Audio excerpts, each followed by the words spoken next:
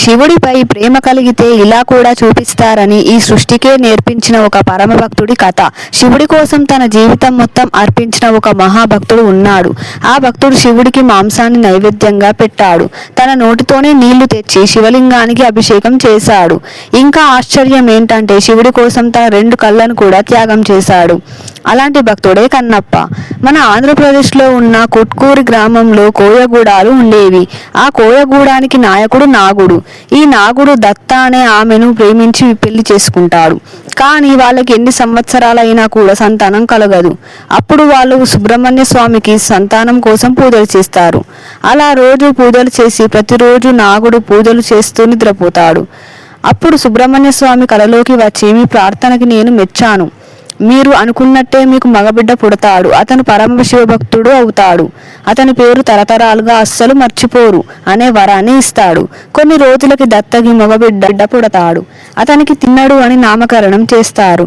వీళ్ళందరూ వేటగాళ్ళు కాబట్టి నాగుడు తిన్నడుకి చిన్నప్పటి నుంచి ఎలా వేట ఆడాలి, ఎలా జంతువులను చంపి ఎలా కోసి తినాలి అనే విద్యను అన్ని నేర్పిస్తాడు. తిన్నడు ధనుర్విద్యతో తిరుగులేని వేటగాడవుతాడు. ప్రతిరోజు వేటకు వెళ్లి మాంసాన్ని తెచ్చి అందరికీ పనిచేస్తాడు. తిన్నడికి దేవుడి పైన అస్సలు నమ్మకం ఉండదు. వాళ్ళ గూడెంలో అందరూ దేవుడికి పూజలు చేస్తూ ఉంటారు. తన స్నేహితులు ఎప్పుడు ఆలయానికి పిలిచినా కూడా నేను రావడమేంటి, ఒక బండరాయిని నేను కొలవడమేంటి అని అక్కడి నుండి తప్పించుకునేవాడు. అలా చిన్నప్పటి నుండి ఒక్కసారి కూడా ఆలయానికి వెళ్ళేవాడు కాదు. ఒకసారి తిన్నడు వాళ్ళ స్నేహితులతో కలిసి వేటకు వెళ్ళి వస్తుండగా ఒక శివాలయం ఉంది. అక్కడ శివుడికి ఏ కోరిక కోరినా కూడా తీరుతుందని వాళ్ళ స్నేహితులు తిన్నడుని శివాలయంకి వెళ్దాం రమ్మంటారు. అప్పుడు తిన్నడు వాళ్ళని, మీకు సిగ్గు లేదా బండరాయికి పూజలు చేయడానికి అని తిడతాడు. అయ్యో అలా మాట్లాడకు తిన్న, శివుడు ఈ సృష్టికే మూలపురుషుడు. ఈ విశ్వాన్ని మరియు ఎంతో మంది దేవతల్ని సృష్టించాడు. ఆయనకి అంత శక్తి ఉన్నా కూడా ఆయన్ని భక్తుడు ప్రేమగా తలిస్తే ఒక చిన్న పిల్లవాడిలా వాళ్ళ భక్తికి లొంగిపోయి వాళ్ళు ఏది అడిగినా ప్రసాదిస్తాడు. అందరి కష్టాలను తీర్చే ఆ దేవతలకే కష్టాలు వచ్చినా కూడా మొదటిగా వచ్చేది శివుడి దగ్గరికి. అంతెందుకు, పక్కగూడెంలో ఉన్న శివలింగం ముందు 3 జీవులు చనిపోవడం వల్ల వాటికి మోక్షాన్ని కూడా ప్రసాదించాడు అని చెబుతారు. తిన్నడు ఆశ్చర్యపోయి, జంతువులకి మోక్షం వచ్చిందా అని, అది ఎలాగో దాని గురించి చెప్పండి అని అడుగుతాడు. తిన్నడి స్నేహితులు ఇక్కడే ఈ అడవిలోనే స్వయముగా ఒక వాయులింగం వెలసింది. అది ఎండకి ఎండుతూ, వానకి తడుస్తూ, మంచుకి కూడా తడుస్తూ ఉండేది. దాన్ని ఏ మనిషి పట్టించుకోలేదు. దాన్ని సాధారణమైన రాయి అనుకున్నారు. కానీ ఒకరోజు ఒక సాలెపురుగు, అయ్యో ఇది శివలింగం కదా, నా శివలింగం మీద ఎండ పడుతుందేంటి అని దాని శక్తి మొత్తం ఉపయోగించి ఆ శివలింగం చుట్టూ గూడు కడుతుంది. అమ్మయ్య, ఇక శివలింగం మీద ఎండ పడదని అక్కడి నుండి వెళ్ళిపోతుంది. కొంచెం సమయం తర్వాత అక్కడికి తల మీద ఒక నాగమణి ఉన్న నాగుపాము వచ్చి సాలెపురుగు కట్టిన గూడు శివలింగాన్ని చూసి, అయ్యో దీని చుట్టూ ఈ గూడు ఏంటి అని దాని విషంతో శివలింగానికి అభిషేకం చేసి దాని తల మీద ఉన్న నాగమణి తీసి శివలింగం పైన పెట్టి వెళ్ళిపోతుంది. అలాగే మరికొంత సమయానికి అటువైపు వెళ్తున్న ఒక ఏనుగు శివలింగం మీద ఉన్న విషము నాగమణి చూసి, ఎవరు నా శివలింగాన్ని ఇలా తయారు చేసింది అని దాని తొండంతో నీళ్లు తీసుకొని వచ్చి శివలింగానికి అభిషేకం చేసి నాగుపాము పెట్టిన నాగమణిని విసిరేసి శివలింగానికి పూలతో అభిషేకం చేసి పోతుంది. మరుసటి రోజు సాలెపురుగు వచ్చి మళ్ళీ గూడు పెట్టి వెళ్ళిపోతుంది. తర్వాత పాము వచ్చి మణిని పెట్టి ఆ గూడును తొలగించి వెళ్ళిపోతుంది. మళ్ళీ ఏనుగు వచ్చి మణిని తీసేసి పూలను పెట్టి వెళ్ళిపోతుంది. అలా ప్రతిరోజు ఒకరి తర్వాత ఒకరు వచ్చి ఈ పనులు చేసేవారు. కోపం వచ్చిన పామున నాగమణి పెడుతుంటే ఎవరు తీస్తున్నారో తెలుసుకోవడానికి అక్కడే దాక్కొని చూస్తూ ఉంటుంది. కొంతసేపటికి ఏనుగు వచ్చి, ఎవరు నా పువ్వులన్నీ తీసేసి మణిని పెట్టారు అని కోపంతో తన తొండంతో మణిని విసిరి పడేసి పువ్వులు పెడుతుంది. పాము ఇదంతా చూసి పాము కోపంతో ఏనుగు తొండంలోకి దూరుతుంది. ఏం చెయ్యాలో తెలియక నొప్పితో పరిగెత్తుకుంటూ వెళ్ళి పక్కనే ఉన్న పెద్ద బండరాయిని గుద్దుకుంటుంది. అలా గుద్దుకున్నప్పుడు తొండంలో ఉన్న పాము నుజ్జవుతుంది, చనిపోతుంది. ఏనుగు కూడా ఆ దెబ్బకి కుప్పకూలిపోతుంది. అదే రాయి మీద సాలెపురుగు కూడా ఉండడం వల్ల అది కూడా అక్కడికక్కడే చనిపోతుంది. అలా శివుణ్ణి వాళ్ళకి నచ్చినట్టు, వాళ్ళకి చేతనైనట్టు పూజిస్తూ చనిపోతారు. కాబట్టి శివుడు మెచ్చి ప్రత్యక్షమై ముగ్గురికి ప్రాణం పోసి వాళ్ళకి దర్శనమిచ్చి మోక్షాన్ని ప్రసాదించాడు. అలాగే ఆ ప్రదేశానికి ఈ 3 పేర్లు వచ్చేలా శ్రీకాళహస్తి అని పేరు పెట్టారు. శ్రీ అంటే సాలెపురుగు, కాళ అంటే నాగుపాము, హస్తి అంటే ఏనుగు. ఆ తర్వాత కొంతమంది ఆ శివలింగానికి ఒక చిన్న శివ మందిరాన్ని కట్టారు. అని తిన్నడికి వాళ్ళ స్నేహితులు చెబుతారు. ఇదంతా విన్న తిన్నడు పులకరించిపోయి, ఒక రాయిని ప్రేమగా ప్రాణాలు ఇచ్చి పూజిస్తారా అని ఆ రాయి ఎలా ఉంటుందో చూద్దామని ఆలోచనలో అడవి పందులని వేటాడి అక్కడే ఒక మంట వేసుకొని మాంసాన్ని కాలుస్తూ ఉంటాడు.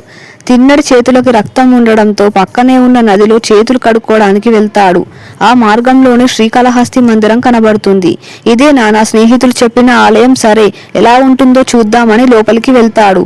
ఒక్కసారిగా ఆ వాయులింగాన్ని తిన్నడి చూడగానే అతని కళ్ళలో నుండి అతనికే తెలియకుండా నీళ్లు కారిపోతూ ఉంటాయి. అతనికే తెలియకుండా అతని చేతులు నమస్కారం చేస్తాయి. పరిగెత్తుకుంటూ వెళ్ళి శివలింగాన్ని హత్తుకొని, నేను తప్పు చేశాను శివయ్య, చిన్నప్పటి నుండి నేను నిన్ను చూడకుండా తప్పు చేశాను.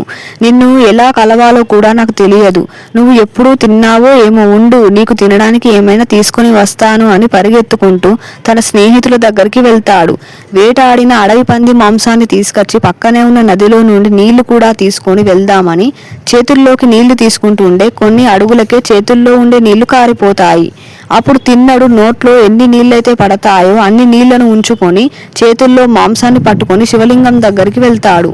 నోట్లో ఉన్న నీళ్ళని శివలింగం మీద పోసి అభిషేకం చేసి, నీళ్లు దప్పిక తీరిందా శివయ్య, ఇదిగో నీ కోసం ఆహారం కూడా తెచ్చాను అని చెప్పి పంది మాంసం శివలింగంపై పెడతాడు.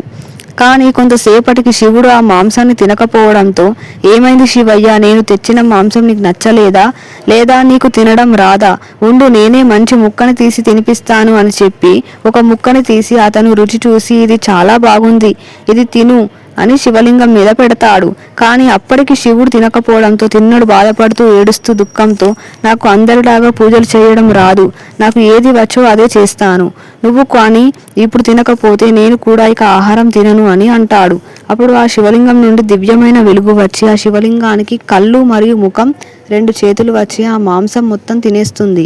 దాంతో తిన్నడు ఎంతో సంతోషిస్తాడు. శివయ్యకి నేను తెచ్చిన ఆ మాంసం బాగా నచ్చినట్టుంది, ఇక నుండి నేను నిన్ను చూసుకుంటాను, ప్రతిరోజు అభిషేకం మరియు ఆహారం నేనే పెడతాను అని మాట ఇస్తాడు. తిన్నడు అడవికి వెళ్ళి తన స్నేహితులతో, ఇక నేను ఇంటికి రాను, వెళ్ళి నా తండ్రికి చెప్పండి, ఇక నా జీవితం అంతా శివుడికి అర్పితం అని చెబుతాడు. వాళ్ళు గూడానికి వెళ్ళి నాగుడికి చెప్పగా నాగుడు నవ్వుతూ, సుబ్రహ్మణ్య స్వామి చెప్పినట్టే జరుగుతుంది అని అనుకుంటాడు. అలా ఆ రోజు నుంచి తిన్నడు శివుణ్ణి హత్తుకొని పడుకుంటూ ఉదయాన్నే వేటకు వెళ్ళి ఆహారం తెచ్చి నోటితో నీరు తీసుకువచ్చి శివలింగం మీద పోసి అభిషేకం చేసేవాడు. ఇదే గుడికి ప్రతి 15 రోజులకి ఒకసారి శివగోచారి అనే బ్రాహ్మణుడు వచ్చి శివుడికి పూజలు చేసి నైవేద్యం పెట్టేవాడు. ఆయన ఇంటి నుండి ఈ గుడికి చాలా దూరం కావడంతో 15 రోజులకి ఒకసారి వచ్చేవాడు.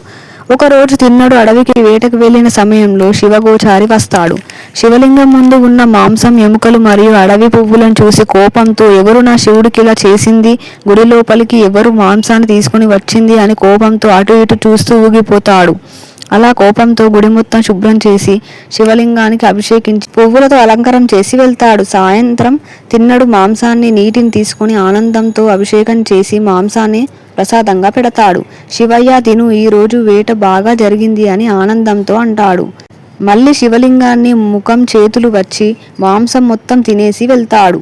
ఇలా కొన్ని నెలలు జరుగుతుంది. తిన్నడు మాంసాన్ని పెడుతూనే ఉంటాడు. శివగోచారి 15 రోజులకి ఒకసారి ఆలయానికి మొత్తం తుడుస్తూ శుభ్రంగా ఉంచుతాడు. ఇక శివగోచారికి ఓపిక నశిస్తుంది. ఈ రోజు ఎలాగైనా శివగోచారం చేసేవాడిని వదిలిపెట్టకూడదు అని ఇంటికి వెళ్లకుండా అక్కడే దాక్కొని చూస్తూ ఉంటాడు. రోజులాగే తిన్నడు వచ్చి నోటిలో నుండి నీళ్లు శివలింగం మీద పోసి పంది మాంసాన్ని శివలింగం ముందు పెడతాడు. ఇది చూసి శివగోచారికి కోపం ఎక్కువవుతుంది. ఈ మూర్ఖుడు ఇంత అపచారం చేస్తాడా, వాడి నోటి నుండి నీళ్లు లింగం పైన పోస్తాడా, మాంసాన్ని శివునికి పెట్టి తినమంటాడా, వీడికి మరణదండన వేయాలి అనుకుంటూ పోతాడు. ఇదంతా శివుడు కైలాసం నుండి చూస్తూ నవ్వుతూ ఉంటాడు. అప్పుడు పార్వతీదేవి, స్వామి, ఇద్దరి భక్తిని చూసారా, భిన్నంగా ఉన్నాయి. ఒకవైపు మీకు ఇష్టమైన బిల్వ ఆకులతో అభిషేకం చేస్తూ మీకు నైవేద్యం పెడుతున్నాడు, ఇంకోవైపు ఈ వేటగాడు తిన్నడు ధర్మవిరుద్ధమైన పనులు చేస్తున్నాడు. కానీ ఏ పని చేసినా ఎంతో ప్రేమతో మీకు సేవలు చేస్తున్నాడు. ఇప్పుడు చెప్పండి, వీళ్ళిద్దరిలో ఎవరిది నిజమైన భక్తి అని శివుణ్ణి పార్వతీదేవి అడుగుతుంది. శివుడు నవ్వుతూ, దీనికి సమాధానం నేను చెప్పను, రేపు నీకే తెలుస్తుంది పార్వతి అని అంటాడు. మరుసటి రోజులాగే తిన్నడు వేటకి వెళతాడు. ఆ రోజు శివగోచారి బిల్వ ఆకులు తెచ్చి శివుడికి అభిషేకం చేస్తుండగా ఆ శివలింగానికి ఒక్కసారిగా 2 పెద్ద పెద్ద కళ్ళు వస్తాయి.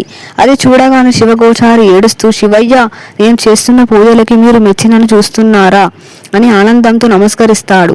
కానీ ఒక్కసారిగా ఆ శివలింగానికి ఉన్న 2 కళ్ళల్లో ఒక కళ్ళ నుండి రక్తం ఆగకుండా వస్తూ ఉంటుంది. అది చూసి శివగోచారి భయపడుతూ, ఇక్కడ ఏదో దుష్టశక్తి ఉంది, నా ప్రాణాలు నేను కాపాడుకోవాలి అని పరిగెత్తుతుండగా తిన్నడు అప్పుడే మాంసం తీసుకొని నవ్వుతూ వస్తూ ఉంటాడు. శివగోచారి చూసి వీడు ఆ దుష్టశక్తిని ఏం చేస్తాడో చూద్దాం అని దాక్కొని చూస్తూ ఉంటాడు. ఒక్కసారిగా తిన్నడు శివలింగం కన్ను నుండి రక్తం కారడం చూసి ఏడుస్తూ పరిగెత్తుకుంటూ వచ్చి, ఏమైంది శివయ్య, నీకు గాయం ఎవరు చేశారు అని ఏడుస్తూ బాధపడుతూ, నీకు ఇలా చేసిన వాళ్ళు కనబడితే ఇక్కడే చంపేస్తాను, ఇప్పుడు నేనేం చేయాలి అనే ఆలోచనతో పరిగెత్తుకుంటూ అడవిలోకి వెళ్ళి కొన్ని ఔషధ మూలికలను తీసుకుని వచ్చి వాటిని నూరి ఆ పసరుని కంటికి పెడతాడు. అయినా సరే రక్తం ఆగకుండా వస్తూనే ఉంటుంది. అయ్యో, నా స్వామికి రక్తం కారుతూనే ఉంది అని తిన్నడు ఆలోచించి, ముళ్ళును ముళ్ళుతోనే తీయాలి అంటారు కదా శివయ్య, నీ కంటికి దెబ్బ తగిలింది కాబట్టి నా కన్ను తీసి నీకు ఇచ్చేస్తాను, అప్పుడు నీకు నొప్పి అనేది ఉండదు కదా అని ఒక కత్తితో తన కన్నును నవ్వుతూ కోసి, రక్తం కారిపోతున్నా కూడా లెక్క చేయకుండా కోసి తీసిన తన కన్నుని శివలింగం కన్ను మీద పెడతాడు. అంతే, వెంటనే రక్తం కారడం ఆగిపోతుంది. కానీ తిన్నడి కంటి నుండి ఆగకుండా రక్తం వస్తూ ఉంటుంది. అబ్బా, నా శివుడికి ఇప్పుడు నొప్పి ఉండదు అని నవ్వుతూ నమస్కరిస్తాడు. కానీ వెంటనే శివలింగానికి ఉండే 2 కన్ను నుండి కూడా రక్తం కారుతుంది. అప్పుడు తిన్నడు నవ్వుతూ, నాకేం చేయాలో తెలుసు అని చెప్పి 2వ కన్ను కూడా కోస్తూ ఉండగా, నేను 2వ కన్నును కూడా తీసేస్తే ఈ కన్ను శివలింగానికి ఎక్కడ పెట్టాలో నాకు ఎలా తెలుస్తుంది అని లేచి తన కాలిని రక్తం వస్తున్న శివలింగంపై పెట్టి 2వ కన్నుని కూడా కోసేసి శివలింగానికి పెట్టేస్తాడు. ఇదంతా అక్కడే దాక్కొని ఉన్న శివగోచారి చూసి తిన్నడి భక్తికి ఆశ్చర్యపోయి అక్కడికక్కడే మూర్ఛపడిపోతాడు. తిన్నడికి రక్తం ఆగకుండా వస్తూనే ఉంటుంది. ఇక తను కింద పడిపోతూ ఉండగా ఒక చేయి వచ్చి అతన్ని పట్టుకుంటుంది. అదే శివుడి చెయ్యి. శివుడు అక్కడ ప్రత్యక్షమై తిన్నడిని తన 2 చేతుల్లో నవ్వుతూ పట్టుకుంటాడు. నా కంటి నుండి రక్తం వస్తుందని నీ గురించి ఆలోచించకుండా నాకు 2 కళ్ళను ఇచ్చావు, నువ్వే అసలైన భక్తుడివి తిన్నా అని చెప్పి 2 కళ్ళను ప్రసాదించాడు. తిన్నడు కళ్ళు తెరిచి శివయ్య నిజస్వరూపాన్ని చూసి భక్తితో ఆనందంతో కళ్ళలో నుండి నీళ్లు కారిపోతూ శివుణ్ణి హత్తుకుంటాడు. అప్పుడు శివుడు తిన్నడితో, కన్న తల్లి ప్రేమతో సమానమైన భక్తి అయ్యా నీది, నీ అపారమైన భక్తికి నేను లొంగిపోయాను తిన్నా, నీకు ఏం వరం కావాలో కోరుకో అని అడగగా శివయ్య ఒక్కసారి పార్వతీదేవితో పాటు మిమ్మల్ని చూడాలని ఉంది అని అంటాడు. వెంటనే పార్వతీదేవి అక్కడికి వచ్చి శివపార్వతులిద్దరూ తిన్నడిని దీవిస్తారు. నీవు నా 2 కళ్ళని నా భర్త కోసం త్యాగం చేశావు కాబట్టి ఇక నుండి యుగయుగాల వరకు నిన్ను అందరూ భక్త కన్నప్పగా గుర్తు పెట్టుకుంటారు అని పార్వతీదేవి వరమిస్తుంది. శివుడు తిన్నడిని తనలో ఐక్యం చేసుకుని మోక్షాన్ని ప్రసాదిస్తాడు. దేవుడిపైన నిజమైన భక్తి మనసులో ఉంటే చాలు, సాక్షాత్తు ఆ దేవుడే మనని మోక్షాన్ని ప్రసాదిస్తాడని అర్థం చేసుకోవాలి. ఇది నిజమైన కన్నప్ప కథ. ఈ వీడియోని మీకు నచ్చినట్లయితే మీ ఫ్రెండ్స్కి, ఫ్యామిలీ మెంబర్స్కి షేర్ చేయండి. అలాగే మన ఛానల్ని సబ్స్క్రైబ్ చేసుకొని లైక్ చేయండి.